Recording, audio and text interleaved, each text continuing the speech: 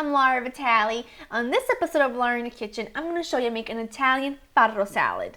Now, it's a really delicious and healthy thing to eat, and I absolutely love it. I make it all the time in the spring and summer because it's refreshing, it's filling, and above all, it's easy. So to make the salad, you're going to need some cooked farro, fresh mozzarella, sliced Kalamata olives, pitted, roasted pepper, chopped, cherry tomatoes, halved, fresh basil, extra virgin olive oil, red wine vinegar, salt, and pepper. So as you can see, these are really easy ingredients, and you can add anything you have on hand to this. I particularly like to use these ingredients together because it's really Italian and Mediterranean, it's delicious, and they all really go together well.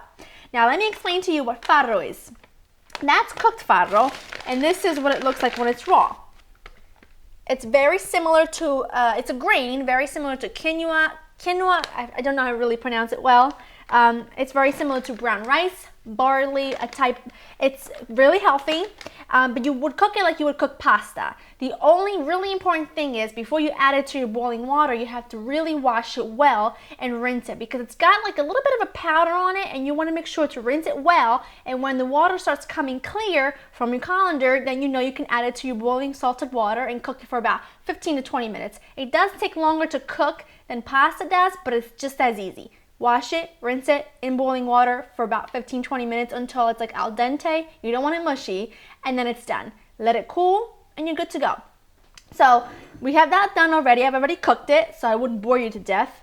And now I'm just gonna chop pretty much everything up. I'm using fresh mozzarella, but you, like I said, could use anything you have on hand to pretty much make this. If you have a different cheese on hand, you can use that. If you have some leftover grilled vegetables, that would be fantastic. Note to self, I'm going to make a recipe on that because that would be fabulous. Or maybe some feta. That would be delicious. But this is just what I have on hand. And these are, because I'm Italian, you know, most of my cooking is Italian. So these are things I have on hand all the time. So I have my mozzarella. I have my pitted olives. I have roasted peppers here. Now, if you don't know how to make a roasted pepper, you can always buy roasted peppers, but I do have a video on my website at www.laurinthekitchen.com, and I'll teach you how to roast peppers. And then some cherry tomatoes.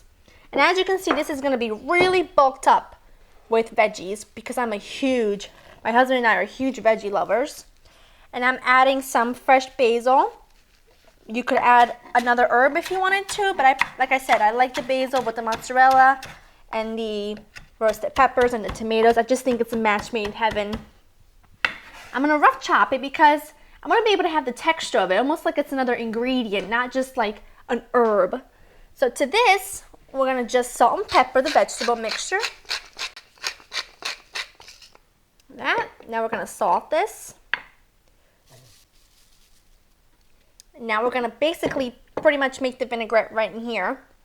It's going to be about a tablespoon of red wine vinegar or any kind of vinegar you have on hand.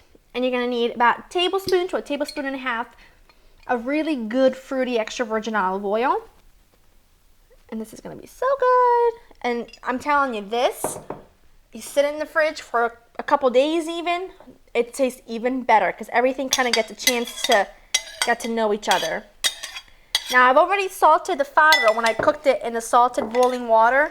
So there's no need to salt it again because we salted the veggies. Look how beautiful that is. Isn't that gorgeous? You know it's good for you. You know it's going to taste delicious. Oh my gosh, it's going to be so good. I'm going to have some for dinner and some for lunch tomorrow. So good. Maybe some grilled chicken over the top. Maybe some fish. Yum. All right, I'm going to let this sit aside for 10 minutes because it really does taste best when you let this kind of sit together for about 10 to 15 minutes just to kind of get all the ingredients to get to know each other and for the farro to soak up that vinaigrette. So sit it out for 10 minutes and then we're going to taste test it together.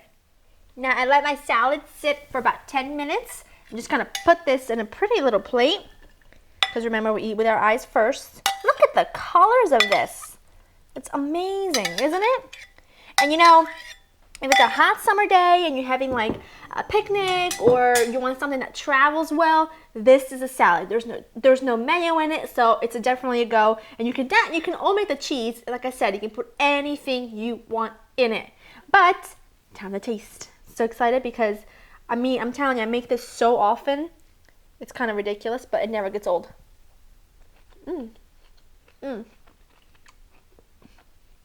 I love it, and I particularly love the vegetables that I put in there because they all go together so well. It's light, and by the way, when you cook your farro, please make sure you cook it al dente so it's not mushy and gummy. Nothing else to say. To get this recipe and other recipes, check out my website at www.laurenkitchen.com, and I'll see you next time. Bye!